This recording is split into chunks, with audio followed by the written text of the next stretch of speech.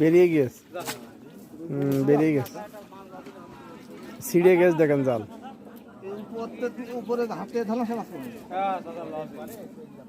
বেরিয়ে গেছে গো।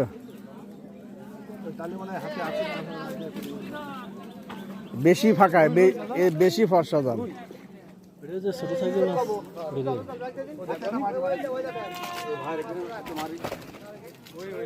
এই যে এই জায়গায়, এই জায়গা যাও, এই জায়গা যাও।